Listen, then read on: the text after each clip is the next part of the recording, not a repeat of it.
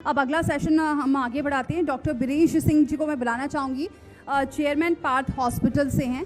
Doctor Biresh Singh ji please आएँ।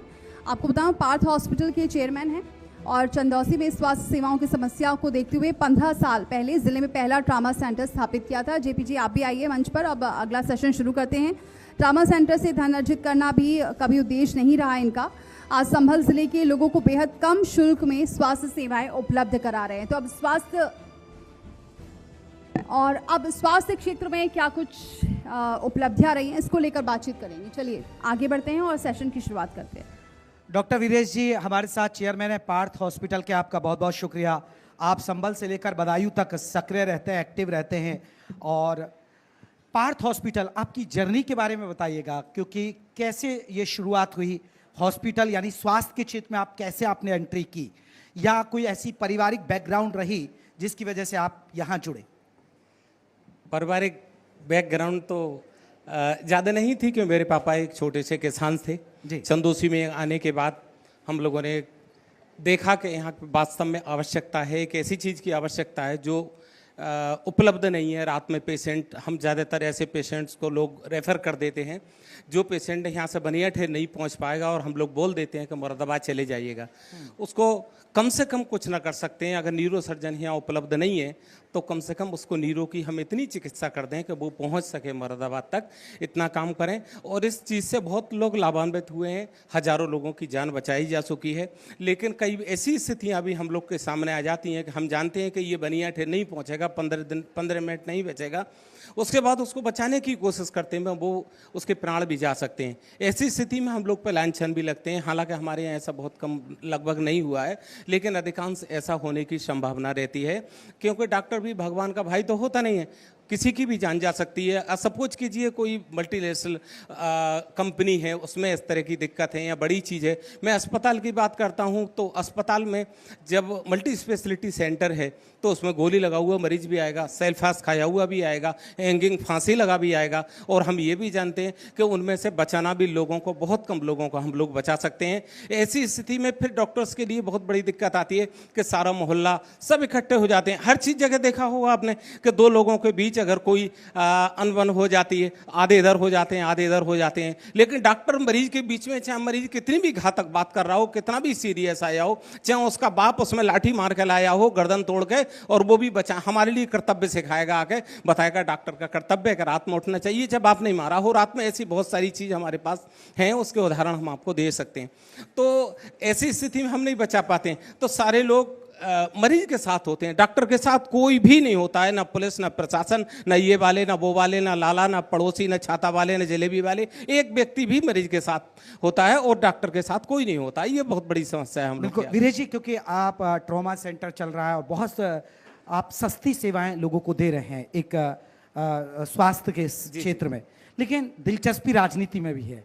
इस पर क्यों विचार कर रहे हैं राजनीति में, और राजनीति में आकर क्या मकसद है आपका? देखिएगा, मकसद राजनीति में क्या, अगर हम अपनी बात किसी विशेष स्थिति में मुख्यमंत्री तक पहुंचाएं तो निश्चित रूप से हमको कहीं ना कहीं उस पंचायत का सदस्य बनना पड़ेगा जहां हमारी बात सुनी जा सकती है। यहाँ हम बैठ के कुछ भी करें, हमारी बात, चलो आज हम टीवी चैनल पे बैठे हुए हैं तो हमारी बात कोई सुन लेगा, वरना हम मोहल्ले में बैठ के कितनी भी चर्चा करें हमारी बात कोई नहीं सुन पाएगा। निश्चित रूप से मेरे जीवन का उद्देश्य ये रहा है कि मैं समाज सेवा कर सकूं। और मेरी मम्मी घर पे हैं, अभी बच्चे के कारण छोड़े आया हूँ, वरना वो भी साथ आती। तो मम्मी भी ये लगातार कहती हैं मेरी कि लगातार हम समाज सेवा में जुटे रहें, जिससे कि उनका नाम रोशन हो सके। मेरे पापा थोड़े दिन पहले चले गए, मेरी पत्नी का बहुत ही योगदान है, सामने बैठी हैं, she is sitting that side. तो अब ये है कि हम यहाँ पे लड़ नहीं सकते चुनाव, क्योंकि सीट आरक्षित है। हमारा दूसरा बिल्कुल बदायूं में गांव पड़ता है बिलसी, सीट आरक्षित है। लेकिन उसके बाद थोड़े से आगे जाते हैं बराबर में, बिलसी सीट अभी आरक्षित नहीं है, तो वहाँ पर अभी तो कोई दूसरा कैंडिडेट है। लेकिन अगर सरकार मौका देगी। पार्टी में इंटरेस्ट है आपको? किस पार्टी में? भारतीय जनता पार्टी। आजकल तो इंटरेस्ट भारतीय जनता पार्टी में करेंगे तो बढ़िया रहेंगे। दूसरी पार्टी तो इस समय भी भाई साहब बता ही रहे थे कि 2047 तक तो कोई पार्टी आनी नहीं है, इसलिए हम भी उसी में इंटरेस्ट पैदा करें। और वैसे भी मेरी छवि है कि मैं करीब 25 से 30 साल मेरे को हो गए लगातार। आज तक पद कितने छोटे मोटे मेरे पास होकर निकले होंगे, लेकिन मैंने पद को टच भी नहीं करा, चाहे वो आरएसएस में सही, क्योंकि मैं 33 साल से मेरी आरएसएस में जुड़ा हुआ हूं, लेकिन आज तक कोई पद नहीं लिया। पहली बार ये सोच रहे हैं, अगर सरकार ये देखेगी, एक ऐसा आदमी चाहिए जो निर्मल बिल्कुल स्वच्छ हो। मैं अपनी छवि के बारे में कह सकता हूं, कोई भी व्यक्ति सदन में बैठा हुआ मेरी तरफ उंगली उठा दे तो आपका माइक छोड़ करके मैं एक आध महीने चंदोसी में नहीं घुसूंगा। मेरी आपने कहा कि आप समाज सेवा में लगे हुए हैं और आपका मकसद है कि समाज के लोगों को जोड़ना, उनकी सेवा करना, लेकिन आपके लिए चुनौती क्यों ज्यादा है? उस चुनौती से कैसे पार पाएंगे? और आप जो लोगों के बीच जा रहे हैं, क्या लोग जुड़ रहे हैं आपके साथ? जी, जुड़ रहे हैं, एक कारवा इकट्ठा हो गया है। लेकिन चुनौती इसलिए है कि उत्तर प्रदेश में ऑलरेडी 100 विधानसभा सीटों पर ऑलरेडी आरक्षित हैं वो, लेकिन जो अनारक्षित नहीं है, जो अनारक्षित हैं, जहां हम लड़ सकते हैं, वहां भी दूसरे लोग को, मैं पार्टी की कार्यशैली पे उंगली नहीं उठा रहा हूं, हमारी औकात भी क्या है भी उठा सकें, लेकिन अपनी बात वहां तक पहुंचाने के लिए प्रतिबद्ध हैं, तो उसी के माध्यम से पहुंचाएंगे कि जहां हम लड़ सकते हैं वहां तो हमको जगह दी जाए। और अगर दी जाएगी तो ये पार्टी को मैं निश्चित रूप से बताता हूं कि आज तक ऐसे बहुमत से जीत करके आऊंगा कि किसी ने सोचा भी नहीं होगा उस क्षेत्र में। तो सर, क्या आपके साथ कभी ऐसा हुआ, जैसा कि आपने बोला आप जुड़े तो बहुत दिनों से हैं आरएसएस में, लेकिन कभी आपने कोई पद नहीं लिया, तो क्या कोई ऐसा मोमेंट आया आपके लाइफ में कि आपको लगा कि नहीं, अब यहाँ पर अगर हमारे पास हम राजनीति में होते या कोई नेता होते तो शायद हम बेहतर कर सकते थे? जैसा कि आपने एक जिक्र भी किया कि कई बार स्वास्थ्य सेवा में कुछ ऐसी दिक्कतें आती हैं कि आप वो चीज़ नहीं पहुंचा पाते, मुख्यमंत्री तक नहीं पहुंचा पाते अपनी बात, तो कुछ ऐसा कोई आप मोमेंट शेयर करना चाहें? नहीं, मूवमेंट के शुरुआत छोटे पदों से होती है, तो छोटे पद बहुत बार मेरे पास आए, लेकिन टाइम की व्यस्तता थी। मैंने 15 साल से कभी भी 6 घंटे नहीं सोया हूं अपने जीवन में लोगों की सेवा हेतु। और ये भी आपको बता देता हूं कि अस्पताल के पैसे से, फिलहाल बैठे हुए हैं सतीश जी, काफ़ी लोग बैठे हैं, भाई साहब बैठे हुए हैं, लेकिन ये बता देता हूँ कि अपने इस बच्चे की टॉफ़ी भी मैं अस्पताल से नहीं खरीद पाता हूँ, केवल उतना ही खर्चा निकल पाता है। भाई कई बार मेरी छोटी मोटी खेती है, मम्मी की, पापा की, सबकी खेती है, बहुत शिद्दत के साथ मैं खेती करता हूँ। दुनिया के धान कटे नहीं है, मेरे धान सबसे पहले कट गए, मैं उसमें भी पूरा ध्यान रखता हूँ अपनी इस चीज़ का। यानी नज़र विधानसभा पर है। आपने कहा कि छोटा पद नहीं, कोई शुरुआत करता है सरपंच बनकर, कोई शुरुआत करता है पार्षद बनकर, लेकिन आप चाहते हैं कि सीधे विधानसभा की तैयारी हो। हाँ बिल्कुल, सोचा तो ये मैंने नहीं सोचा, ये तो वहाँ के लोग आए कि हम लोग अब उपेक्षित हो रहे हैं।